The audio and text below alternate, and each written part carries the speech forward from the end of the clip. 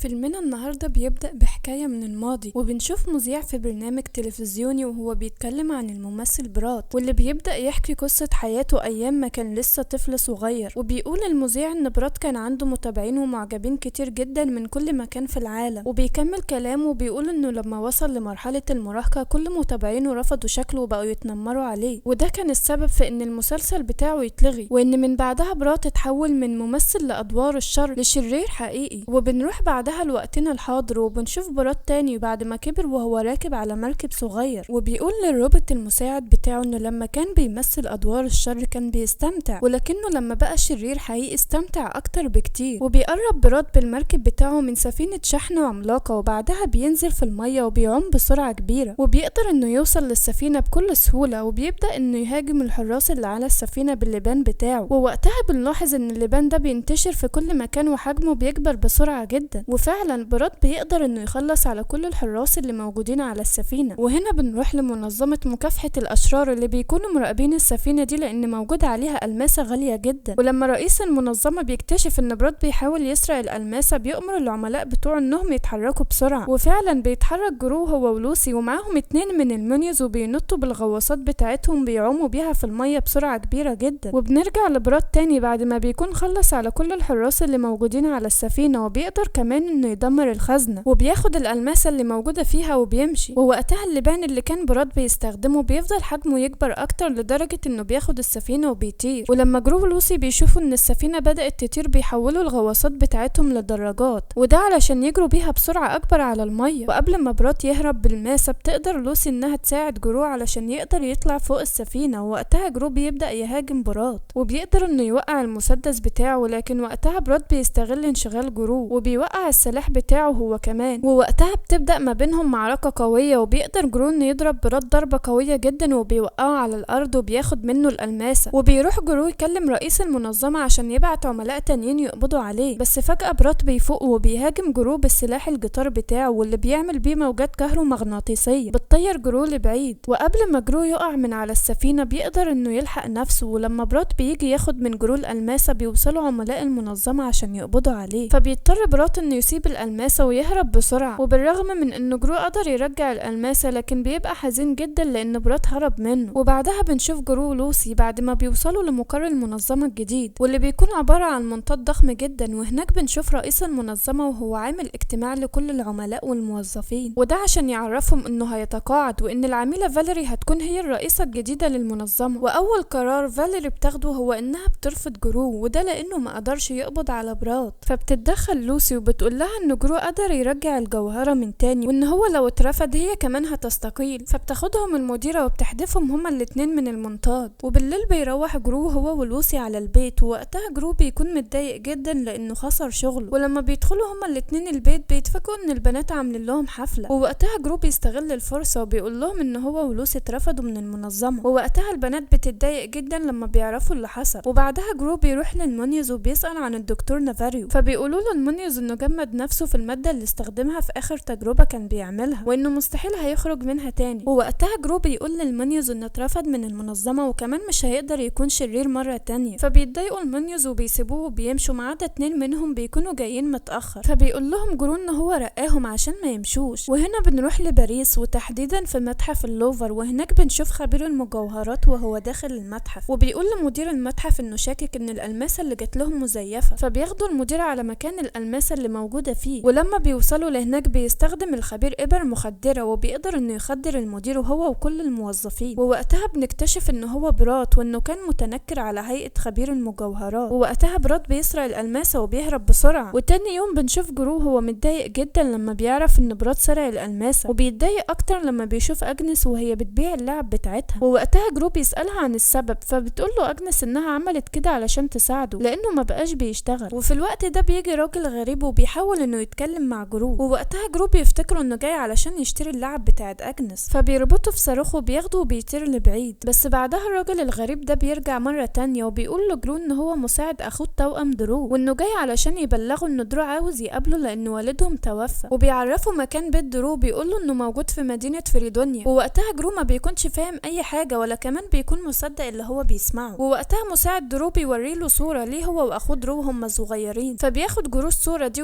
فبيروح يوريها لوالدته وبيسأل اذا كان فعلا عنده اخ توأم، فبتقوله والدته ان هو فعلا كان عنده اخ توأم، وان هي ووالده انفصلوا من زمان واتفقوا ان كل واحد فيهم ياخد طفل وما يشوفوش بعض تاني. فبيفرح جرو لما بيتأكد انه فعلا عنده اخ توأم، وبيتحرك جرو هو ولوسي ومعاهم البنات وكمان 2 من المنيوز، وبيركبوا كلهم في الطيارة وبينطلقوا عشان يروحوا لمدينة فريدونيا. ولما بيوصلوا لهناك بيتفاجئوا لما بيشوفوا عدد كبير جدا من الخنازير، ووقتها مساعد درو بيقول لجرو ان هم عندهم اكبر مزرعة خنازير في مدينة فريدونيا. وهنا بنشوف لوسي هي والبنات اللي بينبهروا جدا لما بيشوفوا القصر اللي درو عايش فيه. وفي الوقت ده بنشوف درو وبنكتشف ان هو شبه جرو بس عنده شعر كثيف، وبيكون درو فرحان جدا لانه اخيرا شاف اخوه جرو. وبيطلب درو من لوسي انها تاخد البنات ويروحوا مع المساعد بتاعه لانه عامل لهم مفاجأة. وبعد ما بيمشوا بياخد جرو هو والمنيوز لمخبأ سري، وفي المخبأ ده جرو بيشوف تماثيل لعيلته اللي بيكونوا كلهم شبهه جدا. ووقتها بيقول درو لاخوه جرو ان مزرعة الخنازير دي مجرد تمويه عن شغلهم الحقيقي. وبيفتح درو باب سري بيوصلهم لمكان تاني موجود فيه اسلحة كتيرة متطورة جدا. ولما جرو بيسأل درو عن المكان ده بيقوله انه ده المقر السري بتاع والدهم، وبيعرفوا ان والدهم كان اعظم شرير على مر العصور. وبيفرح جرو لما بيعرف من درو ان والده كان فخور جدا بيه، وانه كان متابع كل الاخبار عن الجرائم اللي هو كان بيعملها زمان. وبيكمل درو بيقول ان والده ما كانش بيحبه، وده لانه كان فاشل وما قدرش ينفذ اي جرائم او عمليات سرقة ناجحة في حياته. وعلشان كده درو بيطلب من جرو انه يعلمه ازاي يكون شرير ناجح، بس جرو بيرفض طلبه وبيقوله ان هو تخلى عن حياة الشر بعد ما تبنى البنات. فبيفضل درو يحاول اكتر انه يقنعه، وبيوريه عربية لوالدهم اللي بتكون مصنوعة من الذهب. فبينبهر جرو لما بيشوفها وبيطلع بيها هو ودرو علشان يجربوها. ووقتها جرو بينبهر اكتر لما بيلاحظ مدى سرعتها، وكمان بيتصدم بكم الاسلحة والصواريخ اللي موجودة فيها. وبيروح درو يسرق حلويات من عربية الاطفال، ووقتها بتبدأ الشرطة انها تطاردهم. فبينطلق جرو بيسوق العربية وبيجري بيها بسرعة كبيرة في شوارع المدينة، وبيحول العربية لحفار وبيحفر بيها في الارض، وبيقدر انه يهرب من الشرطة. وبينزل بيها في المية وبيحولها لمركب وبياخدها وبيمشي. وبعدها بنروح للوسي هي والبنات وبنشوفهم وهم بيتفرجوا على المدينة. وفي الوقت ده اجنس بتشوف متجر مرسوم عليه حيوان وحيد القرن، وبتروح تسأل صاحب المتجر على مكان وحيد القرن الحقيقي. فبيقول لها صاحب المتجر انه بيكون موجود في الغابة. فبيتريق عليه كل اللي موجودين في المكان، وده لانه وحيد القرن كائن خيالي ملهوش وجود. بس اجنس بتكون مصممة على انه موجود، وبتقرر انها تروح للغابة علشان تدور عليه. ووقتها لوسي بتوصل للمتجر وبتضرب كل المجرمين اللي فيه، وبتاخد اجنس هي وباقي البنات وبيمشوا. وبعدها بنشوف المنيوز وهم ماشيين في الشارع، واللي بيبان عليهم انهم بقوا مشردين وكمان جعانين جدا. ووقت ما هم ماشيين بيشوفوا موتوسيكل مرسوم عليه قطعة من البيتزا، فبيجروا وراه بسرعة لحد ما بيوصلوا لمنطقة تصوير، وبيدخلوا برنامج للمواهب. وللاسف بتيجي الشرطة وبتقبض على كل المنيوز. وبنرجع لجرو وبنشوف درو هو بيترجى ان هم يسرقوا حاجة واحدة بس مع بعض، وبيقول له ان هو اكيد في حاجة نفسه يسرقها. فبيقول له ان هو نفسه يسرق اغلى الماسة في العالم. فبيفرح درو جدا لانه اخيرا هيسرق حاجة مهمة. وبعدها بنشوف برات اللي بيقرر يستغل الالماسة اللي هو سرقها، وبيصنع راجل آلي ضخم علشان يدمر بيه منطقة هوليود زي ما كان بيعمل في المسلسل بتاعه اللي اتلغى. وفي الوقت ده بنشوف المنيوز من تاني واللي بيكونوا اتسجنوا بسبب اقتحامهم لبرنامج المواهب. ووقتها بنعرف ان المنيوز قدروا انهم يسيطروا على السجن بالكامل، وبنشوفهم وهم بيضربوا كل المساجين اللي فيه، وكمان بياخدوا منهم الفلوس والذهب اللي معاهم. وبيرجعوا بعد فترة يفتكروا جرو من تاني، وبيفهموا ان هو كان فعلا اكتر شخص حبهم وعاملهم كويس، وعشان كده بيقرروا انهم يرجعوا له تاني. وبيروحوا يسرقوا الحمامات والغسالات وكمان كل المراوح، وبيصنعوا منها طيارة عشان يهربوا بيها من السجن. وفعلا بينجحوا في تنفيذ خطتهم وبيهربوا. وبنروح لجرو هو ودرو بنشوفهم وهم بيخططوا علشان يسرقوا الألماسة من برات. ووقتها جرو بينبهر جدا لما بيشوف البدل بتاعت والده، وبنعرف انه كان بيستخدمها في تنفيذ عمليات السرقة اللي كان بيقوم بيها. وبيبدأ جرو يلبس البدلة السوداء واخوه درو بيلبس البدلة البيضاء، وبيروحوا هما الاتنين يركبوا العربية وبيمشوا. وهنا لوسي بتشوفهم وبتفهم انهم رايحين يسرقوا حاجة مهمة. وفي الطريق بيبان على درو ان هو سعيد جدا لانه اخيرا هيسرق اغلى ألماسة في العالم، وده بيكون على عكس جرو اللي بيتخيل نفسه وهو بيرجع الألماسة لمنظمة مكافحة الأشرار، وانه بكده هيرجع هو ولوسي للشغل من تاني. وبعد شوية بيوصل جرو هو ودرو مقر برات، وبيطلب جرو من درو يستناه في العربية لحد ما يسرق الألماسة ويرجع. بس درو ما بيسمعش كلامه وبيروح وراه، وقبل ما بيوصل بتظهر صواريخ كتير وبتتوجه عليه. ووقتها جرو بيطلب من درو انه يفعل ميزة التخفي اللي موجودة في البدلة، وفعلا بيقدر انه يخدع الصواريخ. وبيروح جرو يساعد درو، وبيدخلوا هما الاتنين من فتحة التهوية، وبيتفاجئ جرو في المقر لما بيشوف برات وهو بيتكلم عن الآلي العملاق اللي صنعه علشان يدمر بيه منطقة هوليود. ووقتها درو بيروح ياكل قطعة من اللبان اللي حجمه بيكبر بسرعة جدا، فبيجري جرو على درو بسرعة علشان يساعده. ووقتها برات بيحس بوجودهم وبيبدأ انه يهاجمهم، وقبل ما بيقتلهم بيستغل جرو اللبانة اللي درو اكلها وبيرميها على برات وبيلزقوا بيها على الحيطة، وبيروح ياخد منه الجوهرة وبيهرب بسرعة. فبيأمر برات اللعب الصغيرة اللي هو صنعها انها تطاردهم، وفعلا بتبدأ اللعب في مطاردتهم. ووقتها بيقدروا ان هم يهربوا منها وبيخرجوا هما الاتنين من المقر بتاع برات، وبيتصدموا لما بيلاقوا نفسهم خلاص هيقعوا على معادن حادة جدا. بس فجأة بتيجي لوسي وبتنقذهم على اخر لحظة وبتاخدهم في الطيارة وبتهرب من كل صواريخ برات. ولما درو بيعرف ان جرو ناوي يرجع الألماسة لمنظمة مكافحة الأشرار بيتضايق جدا، وبعدها بيروحوا على البيت وبيحاول درو انه ياخد الألماسة من جرو، بس جرو بيرفض انه يديهاله وبيقوله ان هو شخص غبي وفاشل وانه كان هيتسبب في فشل خطتهم، وبيسيبه وبيمشي. فبيتضايق درو وبيحزن جدا لما بيسمع الكلام ده. وبعدها جرو بيروح لأجنس وبيشوفها وهي قاعدة بتلعب مع وحيد القرن، وبتقوله انها لقيته موجود في الغابة، فبيقول لها ان ده مش وحيد القرن وانها مجرد معزة بقرن مكسور. فبتفرح وبتقوله ان دي افضل معزة في العالم. وهنا لوسي بتروح لجرو وبتاخد منه الجوهرة وبتقوله يجيب الشنط ويجي وراها، وبتاخد البنات وبيروحوا كلهم يركبوا الطيارة. واول ما باب الطيارة بيتقفل بنكتشف ان برات كان متنكر على شكل لوسي وقدر انه يسرق الألماسة. وبيروح جرو يجيب الشنط وبيتصدم لما بيشوف لوسي وهي مقيدة في الدولاب، وبيفهم ان برات سرق الألماسة وخطف البنات. ووقتها جرو هو ولوسي بيروحوا بسرعة لدرو علشان يساعدهم، وبالرغم من ان درو بيكون متضايق من جرو بس بيوافق انه يساعدهم علشان ينقذ البنات، وده اللي بيخلي جرو يعتذر له عن الكلام اللي هو قاله. ووقت ما هما في الطريق بيقابلوا الطيارة بتاعة المنيوز، واللي اول ما بيشوفوا جرو بيروحوا كلهم وراه. وهنا بنشوف برات اللي بيبدأ في تدمير منطقة هوليود، وده بيبقى باستخدام الآلي العملاق بتاعه واللبان اللي حجمه بيكبر بسرعة جدا. وبعد شوية جرو واللي معاه بيوصلوا لمنطقة هوليود، وهناك بيتصدموا لما بيعرفوا ان برات ساب البنات على سطح برج عالي. فبتروح لوسي بسرعة وبتجري على اللبان وبتقدر انها تنقذهم قبل ما يقعوا من على البرج. وفي الوقت ده بيبدأ جرو هو ودرو انهم يهاجموا برات بالأسلحة اللي موجودة في العربية، وبيقدروا فعلا انهم يوقعوا الآلي العملاق بتاعه. بس برات بيقدر انه يقوم مرة تانية وبيبدأ يهاجمهم باللعب الصغيرة اللي بتقدر انها تدمر العربية. فبيضطر جرو هو ودرو انهم ينطوا من العربية قبل ما تنفجر، وللأسف بيقع جرو على الأرض وبيفقد الوعي. وده على عكس درو اللي بيستخدم البدلة بتاعته وبيتسلق العملاق بتاع برات. وقبل ما برات يقتل جرو بشعاع الليزر بيقدر درو يعطل الآلي وبينقذ جرو على آخر لحظة. ولما جرو بيفوق بيلاقي ان الآلي اتدمر تماما، فبيجري بسرعة وبيروح علشان ينقذ درو. بس وقتها بيكتشف ان برات لسه عايش وبتدور ما بينهم معركة قوية جدا. ولحسن حظ جرو بينجح في انه ياخد الجيتار بتاع برات وبيبدأ يهاجمه بالموجات الكهرومغناطيسية اللي بتاخده وبتطير بيه لبعيد. وبيروح بعدها يدور على درو فبيلاقيه لسه عايش، فبيفرح جدا وبيشكره لانه انقذ حياته. واخيرا بيتحدوا الاخين وبيقدروا ان هما ينقذوا المنطقة، وبيروحوا كلهم على البيت ومعاهم المنيوز. وهناك جرو بيطلب من درو انه ما يحاولش يكون شرير، وده لانه راجع للشغل تاني في منظمة مكافحة الاشرار. وبعد مدة بنشوف درو هو بيجمع المنيوز وبياخدهم كلهم في طيارة جرو وبينطلق بيها، وده علشان ياخد هو كمان رحلته في انه يكون اخطر شخص شرير في العالم. وبكده يكون انتهى فيلمنا. ما تنسوش تعملوا لايك واشتراك للقناة.